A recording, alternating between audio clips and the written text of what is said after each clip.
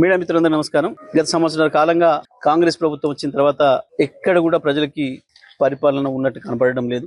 అన్ని రంగాల్లో విఫలమైంది ప్రభుత్వం. ఇచ్చిన కరెంటును చక్కగా ఇవ్వలేకపోతున్నారు. కేసీఆర్ ఇచ్చిన మంచిలను సరిగా ఇవ్వలేకపోతున్నారు. సాగునీళ్ళ సంగతి సరే ఇద్దరు అజ్ఞానులే ఉన్నారు. సాగునీళ్ళ విషయంలో ముఖ్యమంత్రి, నీళ్ళ మంత్రి పాపం తనకి ఏం సబ్జెక్ట్ రాక చదువు రాక ప్రతిరోజు కేసీఆర్ని తిట్టడం మాత్రమే పనిగా పెట్టుకున్నాడు.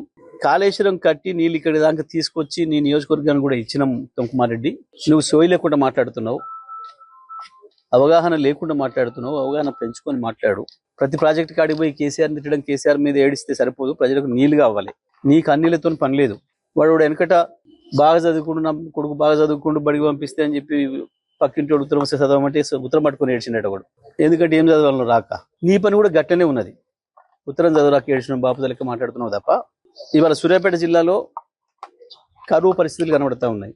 వేసిన విత్తనాలు పోయినాయి. ఇప్పటి 2 సార్లు 3 సార్లు విత్తనాలు, పత్తి విత్తనాలు నాటుతున్నారు. రైతాంగం అప్పలపాలు అవుతున్నారు. వరి నార్లు పోయినాయి. కనీసం సమయానికి నీళ్లు వస్తే, కాళేశ్వరం నీళ్లు వస్తే దుక్కులు దున్ని ఆ డ్రమ్ సీడ్తోనైనా వేసుకుందామని చెప్పి రైతులు ఎదురు చూస్తున్నారు. కానీ నీ మాటల్ని చూస్తే నువ్వు నీళ్ళు తెచ్చే పరిస్థితులు కనబడతలేవు.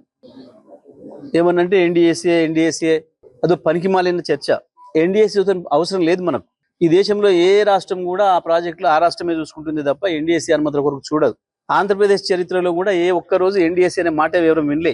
ఎన్డీఏసీ పేరు కూడా ఎవరో తెలియదు. కేవలం నువ్వు, నీ ముఖ్యమంత్రి రేవంత్ రెడ్డి ప్రచారం చేసాడు తప్ప ఎన్డీఏసీ ఎవడు పట్టించుకోడు దేకడు. దాని పేరు చెప్పి దీని పేరు చెప్పి పని తప్పించుకునే దొంగ వ్యవహారం చేస్తున్నారు మీరు. నేను ఇప్పటికైనా డిమాండ్ చేస్తా ఉన్నా, సూర్యాపేట జిల్లా రైతుల తరఫున వెంటనే కన్నెపల్లి పంపులు ఆన్ చేయాలి, కాలువలలో నీళ్ళు తీసుకురావాలి. పత్తి రైతులు ఎవరైనా ముందుకేస్తే మొలిసిన వాళ్ళు ఉంటే ఆ నీళ్ళు కట్టుకొని బతికించుకుంటారు. మిగతా వరి నాటుకునే రైతులు కూడా పోసిన నాట్లు పోతే పోయినాయి. కనీసం ఇప్పుడు నీళ్ళు ఇస్తే మళ్ళీ దున్నుకొని డ్రమ్ సీడ్ ద్వారానో ఇతర పద్ధతులను, వెదజల్లే పద్ధతులను చేసుకుంటాం కదా మేమని చెప్పి ఎదురు చూస్తున్నారు. వెంటనే మీ రాజకీయ డ్రామాలు ఆపి కన్నెపల్లి పంప్ హౌస్ ప్రారంభం చేసి సూర్యాపేట జిల్లా రైతాంగానికి నీళ్ళు ఇవ్వాలని చెప్పి నేను డిమాండ్ చేస్తా ఉన్నాను. ఇక మీడియా విషయానికి వస్తే, నిన్న ఏదో మహా న్యూస్ మీద ఏదో దాడి చేసిందని చెప్పి పాపం చాలా కన్నీరు గారుస్తున్నారు. చంద్రబాబు నాయుడు గారు, వారి మంత్రివర్గ సహచరులు, ఇక్కడ వారి శిష్యులు, వారి శిష్యవర్గం మంత్రివర్గ సహచరులు. కానీ మేము ఒకటి చాలా స్పష్టంగా చెప్పదలుచుకున్నాం. ఇక్కడ కొన్ని మీడియా హౌజులు కావు. మీడియా పేరు అడ్డం పెట్టుకొని స్లాటర్ హౌజులు నడుపుతున్నారు. ఇవి మీడియా హౌజులు కావు, స్లాటర్ హౌజులు. కొన్ని 2-3 స్లాటర్ హౌజులు ఉన్నాయి.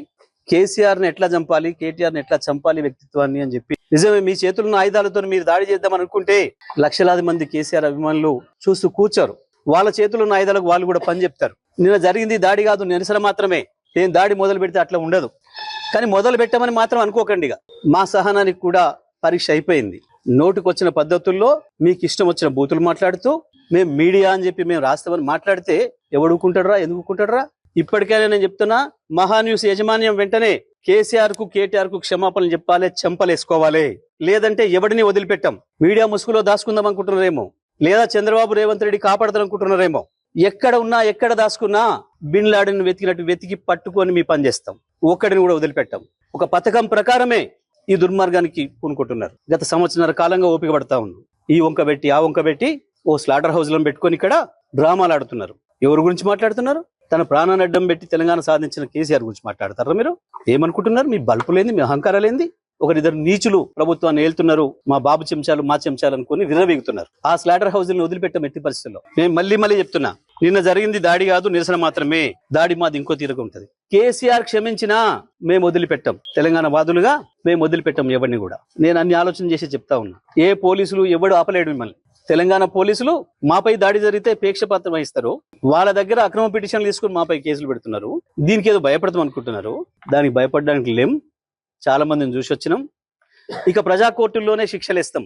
అది కూడా నేను సాకు చెప్పదలుచుకున్నా. మీ ఇష్టం వచ్చినట్టు, మా చేతిలో ఒక ఆయుధం ఉంది, మేము వాడతాం. ఎవడికి లేవు ఆయుధాలు. చాలా మంది చేతుల్లో చాలా ఆయుధాలు ఉన్నాయి, వాడతారు, తప్పకుండా వాడతారు సందర్భం వచ్చినప్పుడు. కాంగ్రెస్ ఏమంటుంది, బీజేపీ ఏమంటుంది, ఇంకో పార్టీ ఏమంటుంది, మేమేమంటున్నాం, మేము చూసుకుంటాం. మీ బలిపోయింది, మీ అహంకారం ఏంది? మీ ఇష్టం వచ్చిన మేమ్స్ పెట్టడానికి ఏమనుకుంటున్నారు? ఎక్కడ ఉంటున్నారు? ఎక్కడ బతుకుతున్నారు? ఎవరు తిండి తింటున్నారు? మీకు మీ మనవాళ్ళు ఏమనుకుంటే ఇతరులు ఉన్నది మనుషులే కదా. లక్షలాది కోట్లాది మంది ప్రజల హృదయాల్లో స్థానం సంపాదించుకున్న నాయకుడి గురించి కదా మీరు మాట్లాడుతుంది. ఏ బలుపుతోని, ఏ అహంకారంతోని, ఎవరిని చూసుకొని ఈ ప్రేలాపన? నీది మీడియా హౌస్ కాదు, స్లాటర్ హౌస్. ఇంకా 2-3 కూడా ఉన్నాయి దాంతో పాటు స్లాటర్ హౌస్. మేము ఇదే పద్ధతి కొనసాగిస్తామని కనుక మీరు అహంకారంతో పోతే మా పద్ధతులు మాకు కూడా ఉన్నాయి. తప్పకుండా ఈ స్లాటర్ హౌస్ లో పనిపడతాం. ఎట్లా ప్రజలతో శిక్ష పెంచాలో వేయిస్తాం.